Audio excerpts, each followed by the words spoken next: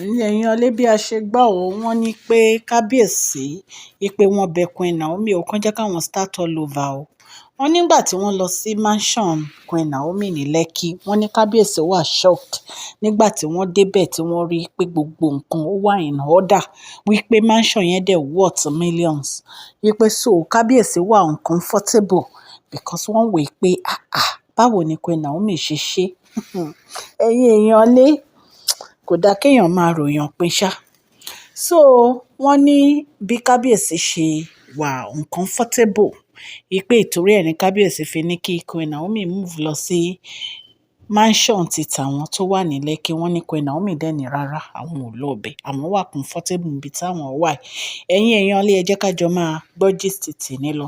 tó bá jẹ́ ìgbà àkọ́kọ́ tẹ́ ń darapọ̀ mọ́ channel mi, ẹ̀yin olólùfẹ́ mi, mo kí yín káàbọ̀ sí orí channel mi. Ṣé dáadáa ni mo bá yín? Gbogbo ilé ńkọ́? Ṣé àlàáfíà ni ẹ wà? Mo dúpẹ́ púpọ̀ lọ́wọ́ gbogbo yín o, bẹ́ẹ̀ ṣe ń subscribe sí channel mi. Ọlọ́run Elédùmarè á bá mi gbọ́wọ́ yín sókè o, òkè òkè lọ́lá yín á máa lọ o, ọlá yín ò ní lọ ìsàlẹ̀ láéláé. Tí ẹ bá ti subscribe, kí lẹ̀ ń dúró ṣe? Orúkọ mi ni Mashola, mo máa ń sọ̀rọ̀ nípa celebrity gist and royal gist. Mo dẹ̀ máa ń sọ Yorùbá lórí channel mi, ẹ̀kọ̀ọ̀kan òyìnbó. ẹ̀yin èèyàn lé ẹ subscribe, ẹ like o. Gbogbo ẹ̀yin tẹ̀dẹ̀ ti subscribe, mo dúpẹ́ lọ́wọ́ yín, ẹ ṣé. ẹ jẹ́ ká jọ gbọ́ gist tèmi. Kábíyèsí wọ́n ń bẹ Queen Naomi ò wí pé kí wọ́n jẹ́ káwọn jọ start all over, káwọn ṣẹ̀ṣẹ̀ bẹ̀rẹ̀ bí ìgbà táwọn ṣẹ̀ṣẹ̀ pàdé, káwọn ṣẹ̀ṣẹ̀ bẹ̀rẹ̀ bí ìgbà tó yẹ pé àwọn ṣẹ̀ṣẹ̀ fẹ́ fẹ́ wọn ni. ẹ̀yin èèyàn lé gist tèmi ìlágbára ẹ fi kalẹ̀ sí. wọ́n ní bí kábíyèsí ṣe bẹ̀rẹ̀ sí ń bẹ Queen Naomi nìyẹn. Nígbà tí kábíyèsí rí ẹwà Ọlọ́run ní ara Queen Naomi, nígbà tí kábíyèsí rí ìmọ́lẹ̀ Ọlọ́run ní ara Queen Naomi, nígbà tí ẹ̀mí mímọ́ tó farahàn nínú ayé Queen Naomi, wọ́n ní kábíyèsí bá ń bẹ̀bẹ̀, jọ olólùfẹ́ mi, olómi, onítèmi, ọ̀rẹ́ mi, olólùfẹ́, ojú kan ṣàlàdání, lọ́lá Olúwa kò sóhun yóò yà wá, olómi, onítèmi o, ọ̀rẹ́ mi, olólùfẹ́, ojú kan ṣàlàdání, lọ́lá Ọlọ́run kò sóhun tó yà wá.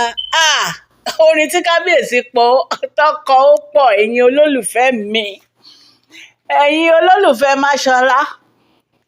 wọ́n ní kábíyèsí, wọ́n ní wọ́n ń bẹ̀bẹ̀ ni o, allegedly bá ṣe gbọ́ ni o. wọ́n ní wọ́n ń bẹ̀bẹ̀ ni o pé ọmọ ló dáa báyìí nínú gbogbo ọ̀kín, nínú gbogbo ẹyẹ ọ̀kín, ọ̀kín ti Queen Naomi yàtọ̀. ẹ̀yin náà wo Queen Naomi, ẹ̀yin èèyàn mi. ẹ̀yin tẹ́bà like Queen Naomi ẹ já kúrò lórí channel yìí o. ẹ wo Queen Naomi bí wọ́n ṣe ń tàn, bí ẹwà Ọlọ́run ṣe ń yọ lára wọn, bí ìmọ́lẹ̀ Ọlọ́run ṣe ń farahàn lára wọn. God has really blessed Queen Naomi in every way ni. The beauty of God will never depart from your life, Queen Naomi. The glory of God will never depart from your life, Queen Naomi. Gbogbo ẹ̀yin tẹ́ ń gbọ́ mi, ẹwà Ọlọ́run, beauty Ọlọ́run kò ní depart nínú ayé ẹ̀yin náà àti èmi náà tí mò ń sọ̀rọ̀. wọ́n ní bí kábíyèsí ṣe ń bẹ̀bẹ̀ nìyẹn o, kí Queen Naomi jọ kó jẹ́ káwọn start all over. àwọn ọmọ ìpá wọn ti ṣe Queen Naomi, ṣùgbọ́n àwọn á readjust ara àwọn á dùn Queen Naomi nínú, àwọn ò ní dójú ti Queen Naomi. rọ́pọ̀ ẹ̀yin èèyàn lé ẹ jẹ́ ká jọ máa gbọ́ gist lọ. wọ́n ní bí kábíyèsí ṣe sọ fún wọn nìyẹn wípé àwọn miss Queen Naomi dearly from the bottom of his heart. ẹ̀yin èèyàn lé ṣe rí moment yẹn, ṣe ló dàbí ẹ̀ ń pé ara tu Queen Naomi. ẹ mọ̀ tẹ́ bá dé ibi tí ìfẹ́ yín wà, ara máa tù yín, ẹ̀yin èèyàn lé. so wọ́n ní bí kábíyèsí ṣàṣe bẹ Queen Naomi nìyẹn pé kán jẹ́ káwọn start all over wípé nǹkan tí Queen Naomi bá fẹ́ làwọn máa ṣe fún Queen Naomi. Ẹ̀yin èèyàn lé, ẹ jẹ́ ká jọ máa gbọ́ gist tèmi lọ. Kábíyèsí wọ́n make a promise o. Wọ́n ní gbogbo nǹkan tí Queen Naomi bá fẹ́ làwọn máa ṣe o.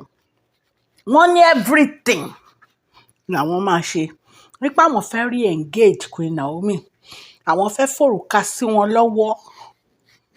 Ẹ̀yin èèyàn, kì í ṣe nǹkan kékeré o, no be small thing o. Ẹ jẹ́ ká dúró báyìí. Mo dúpẹ́ lọ́wọ́ gbogbo ẹ̀yin tẹ́ join mi lénìí o, nílé lóko.